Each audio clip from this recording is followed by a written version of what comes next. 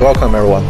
Would you like to briefly introduce about yourself? Of course. Hello, everyone. My name is Bo. I am the head of Ericsson ONE Beijing Hub.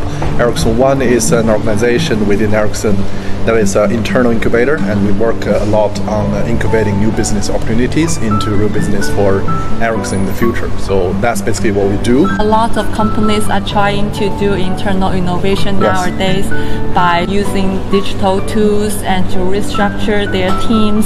But very few companies could have successful internal incubations because of different challenges. How Ericsson do this kind of internal acceleration? As you said, there's a lot of interest in this area right now, and a lot of companies are trying. Also true that I don't think there's a lot of success cases, as you said.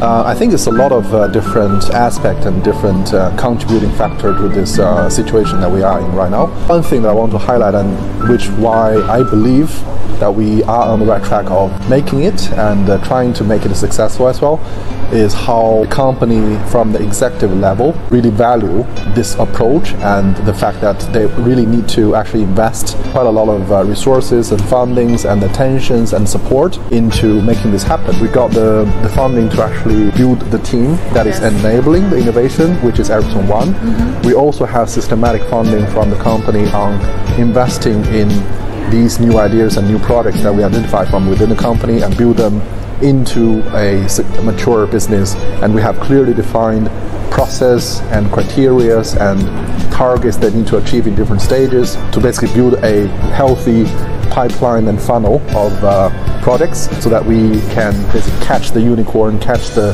right project that will generate the business value for us.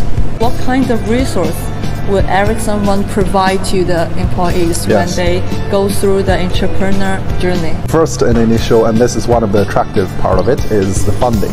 Right? If you want to build your startup, you need to get the funding. Ericsson ONE is an investor, and we provide the necessary funding for the product to building their prototypes, building their MVP, building their product. And we as an incubator, we also provide the support and help and coaching. One of the key elements to make the early startup successful is how they can quickly validate their ideas with the right customer and right partners inside of the industry. So we also extend our arms wider into this whole ecosystem, trying to quickly help them find and identify the right partner and the customers to talk to outside of the company, and try to get their validation as quickly as possible. Apart from that, I think also we have systematically built up the method, the training materials, helping the entrepreneurs to grow themselves better into what is expected as an entrepreneur. How you run the program? We have something that is inside of our team that is called 5I innovation process, starting with initiation. So that's how we try to encourage and stimulate ideas with the right information within the company. The second I is ideation. They will need to build the prototypes and have some initial validations with their early customers. The third I is incubation. They need to build their minimum viable product and have trials with their early customers and prove that they actually can make it happen. The fourth I is industrialization. That's where already they get significant amount of investment from the company to build their prototype into a product and be able to sign their early contracts. So they will need to secure the first 1 or 2 commercial agreement in order to go through into the next I, which is ignition. That means that we already know and see that this can scale up.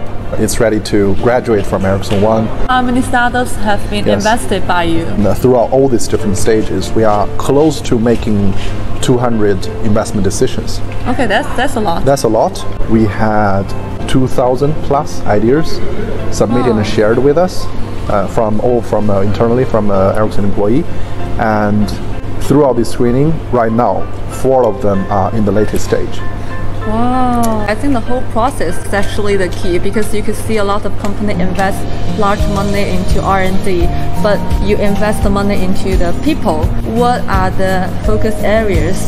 We did define the focus areas of Ericsson ONE from the very beginning when we begin our journey, and that's very much aligned to Ericsson's growth strategy. Ericsson itself is a technology company that has deep technology leadership in the telecommunications. Now with all the 5G that is coming, the IoT transformation is coming, we are more and more getting into the different vertical industries. Smart manufacturing, smart logistics, autonomous driving, data monetization, next generation gaming, a few of these key themes that we believe that Ericsson in general would have a better chance of creating new business opportunity in.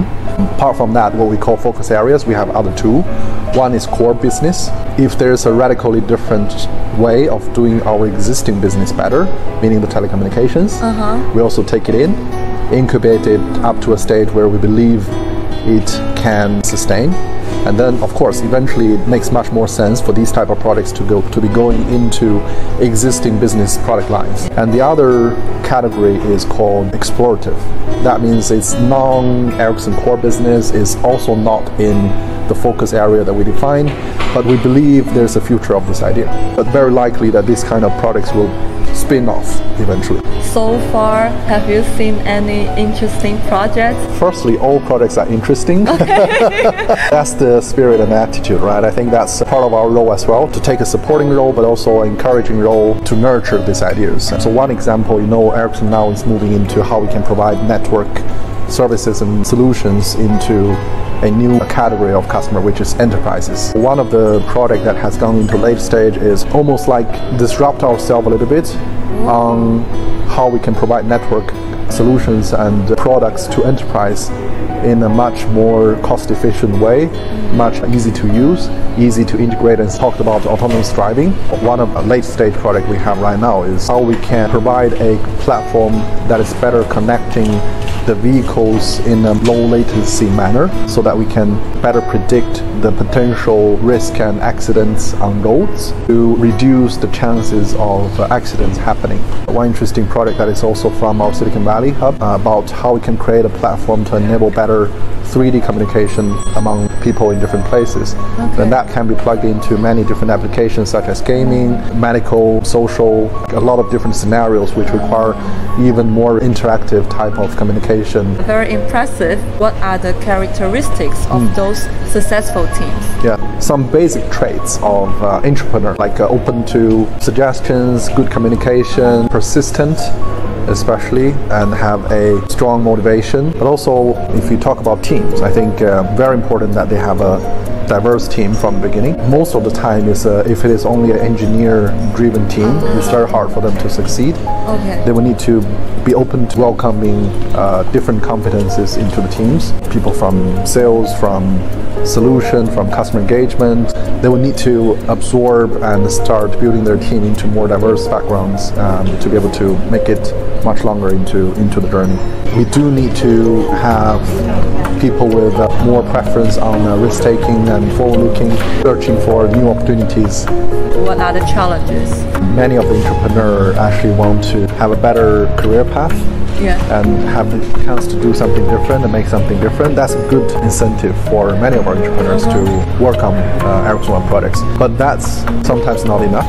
If you compare to an entrepreneur that works on their own startup from externally, it's quite a different incentive, right? Because they work on the value they create for the company and how they own it. Yeah, and that's the only thing they have. They have to make it happen. But in Ericsson, I mean, you have a full-time job. Yes. So how do you manage the motivation and everything? Yes. So I think that's something that we're still trying to find ways to improve, and we do have already some schemes to be able to better incentivize, and also money incentivize the entrepreneurs working with us.